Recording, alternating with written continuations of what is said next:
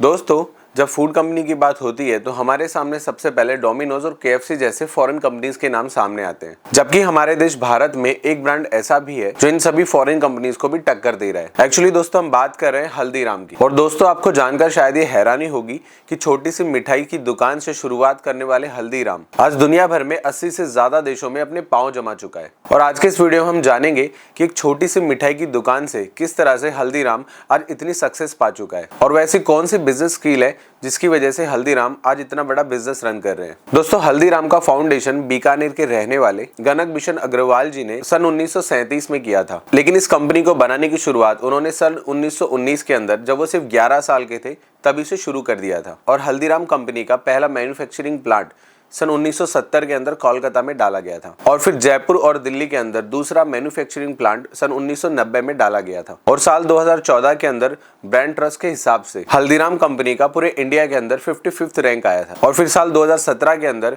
पूरे देश भर में स्नैक्स की कंपनी में हल्दीराम का पहला नंबर आया था। आज की डेट में हल्दीराम 410 से भी ज्यादा प्रोडक्ट्स बनाता है। ट्रेडिशंस नमकीन, western snacks, sweets, cookies, gulab jamun, बीकानेरी भुजिया और भी बहुत सारी प्रोडक्ट्स ऐसी वो बनाता है। और वर्ल्ड वाइड हल्दीराम एक साल के अंदर 9,000 करोड़ से ज्यादा का रेवेन्यू जनरेट करता है। गगन बिशन जी एक मारवाड़ी फैमिली से बिलोंग करते थे और उनको घर में प्यार से हल्दीराम कहकर के बुलाया जाता था। और उन्होंने बचपन से ही अपने फादर की भुजिया की जो शॉप थी उस पर काम करना शुरू कर दिया था। और उस वक्त बीकानेर के अंदर भुजिया बहुत ही ज्यादा सेल हुआ करती थी और इसी वजह से हर कोई उस वक्त बीकानेर के अंदर भुजिया का ही बिजनेस करना प्रेफर करता था। और हर किसी का ऑलमोस्ट भुजिया का टेस्ट बिल्कुल सेम होता था। तो इसलिए मेन कॉम्पिटिशन क्वालिटी का नहीं बल्कि प्राइस का था। और हल्दीराम जी उनके घर के अंदर इकलौते ऐसे मेंबर थे जिनको उनकी खुद की भुजिया का टेस्ट पसंद नहीं था और वो अपनी शॉप को और भी बड़ा बनाना चाहते थे, क्योंकि हल्दीराम जी अपनी भुजिया के अंदर एक ऐसा टेस्ट लाना चाहते थे जो बाकी सब लोगों से अलग हो और उनका कोई भी मुकाबला ना कर पाए। और इसलिए हल्दीराम जी ने बहुत ही छोटी एज से ही नए नए इंग्रेडिएंट्स के साथ में भुजिया बनाने के अंदर एक्सपेरिमेंट करना स्टार्ट कर दिया। और बहुत सी कोशिश करने के बाद फाइनली उन्होंने एक ऐसा टेस्ट बना दिया अपनी भुजिया के अंदर जो उस वक्त मार्केट के अंदर किसी के पास भी अवेलेबल नहीं था। उन्होंने एग्जिस्टिंग टेस्ट के अंदर 3 मेजर चेंजेस किए। पहला मेजर बदलाव जो उन्होंने किया अपनी भुजिया के अंदर, वो उन्होंने ये किया कि अपनी भुजिया वो बेसन की जगह पर मूंग की दाल से बनाना स्टार्ट किया। ऐसा करने की वजह से उनका टेस्ट भी इंक्रीज हो गया और वो बहुत ही ज्यादा क्रिस्पी बन गई। दूसरा उन्होंने चेंजेस किया कि उन्होंने अपनी प्राइस इंक्रीज कर दी भुजिया की। जहां मार्केट के अंदर सभी दूसरे लोग 2 पैसे में 1 किलो भुजिया बेच रहे थे, वहीं उन्होंने अपनी प्राइस 5 पैसे में 1 किलो कर दी, ताकि मार्केट में सभी दूसरे लोग उनको थोड़ा अलग स्टैंडर्ड से देखें। और तीसरा उन्होंने बीकानेर के महाराजा डोंगर सिंह के ऊपर अपनी भुजिया का नाम रखा। वो बात अलग थी कि महाराज का इस भुजिया से कोई भी कनेक्शन नहीं था, लेकिन ये नाम रखना उनके लिए बहुत ही ज्यादा फायदेमंद साबित हुआ। और फिर राजा के नाम पे उस प्रोडक्ट का नाम रखने की वजह से बहुत से लोग उस प्रोडक्ट को प्रीमियम मानने लगे और प्रीमियम प्रोडक्ट समझकर लोग उसे 5 पैसा पर केजी पे भी खरीदने लगे, क्योंकि उस वक्त लोगों को लगने लगा था कि 2 पैसे की जगह 5 पैसा अगर वो पे कर रहे हैं तो 3 पैसा ज्यादा देकर वो एक हाई क्वालिटी और प्रीमियम प्रोडक्ट बाय कर रहे हैं। और इस तरह से हल्दीराम जी ने एक बड़े बिजनेस की इस तरह से नींव रखी। और इसके बाद 1960 के अंदर इस बिजनेस को शिव किशोर अग्रवाल जी ने संभाला। और फिर बाद में उन्होंने इस कंपनी को जो सक्सेस दिलवाई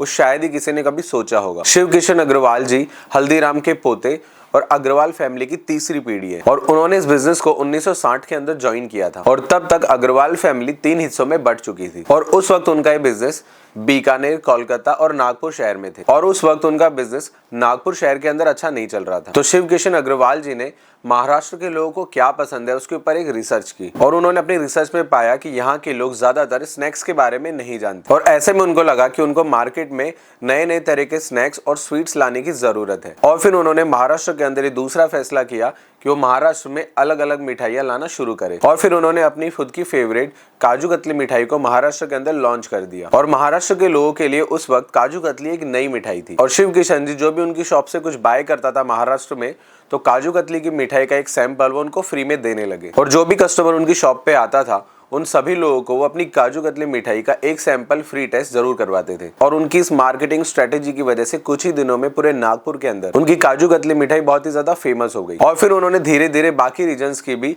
अलग अलग मिठाइयां और स्नैक्स नागपुर के अंदर बेचना शुरू कर दिया। और फिर इस वजह से उनकी हल्दीराम कंपनी की सेल सिर्फ 3 साल के अंदर 400% तक बढ़ गई। और फिर उन्होंने देखा कि नागपुर के लोग साउथ इंडियन फूड जैसे कि इडली डोसा को बहुत ज्यादा पसंद करते हैं। तो फिर कस्टमर को अपनी शॉप पे अट्रैक्ट करने के लिए उन्होंने अपना एक साउथ इंडियन रेस्टोरेंट भी खोल दिया और फिर धीरे धीरे उन्होंने अपने रेस्टोरेंट्स के मेन्यू में समोसा, कचौड़ी, छोले भटूरे जैसी छोटी छोटी चीजों को भी ऐड करना शुरू कर दिया। और शिव किशन जी ने यहाँ पे बहुत ही अच्छी बिजनेस स्किल को यूज किया कि शिव किशन जी ने पहले महाराष्ट्र के लोगों की उनकी पसंद की चीजें सेल करके उनका ट्रस्ट गेन किया और फिर जब लोगों को उन पे ट्रस्ट हो गया तो फिर उन्होंने उन लोगों के सामने बाकी अलग अलग डिशेस भी पेश की जो पूरे महाराष्ट्र में उस वक्त किसी के पास नहीं हुआ करती थी। और फिर धीरे धीरे हल्दीराम की सेल और भी इंक्रीज होने लगी और इस बात में कोई शक नहीं है कि शिव किशन जी की वजह से हल्दीराम ने बहुत ही सक्सेस देखी है। लेकिन जो इंसान हल्दीराम को इस सक्सेस पे लेके आया है वो इंसान शिव किशन जी नहीं बल्कि मनोहर लाल जी हैं। ये बात 1980 की है जब कोई भी ब्रांड कभी भी पैकेजिंग पे खास ज्यादा ध्यान देता नहीं था। ऐसे में मनोहर लाल अग्रवाल जी ने अपनी ब्रांड को और ज्यादा प्रीमियम बनाने के लिए अपनी ब्रांड का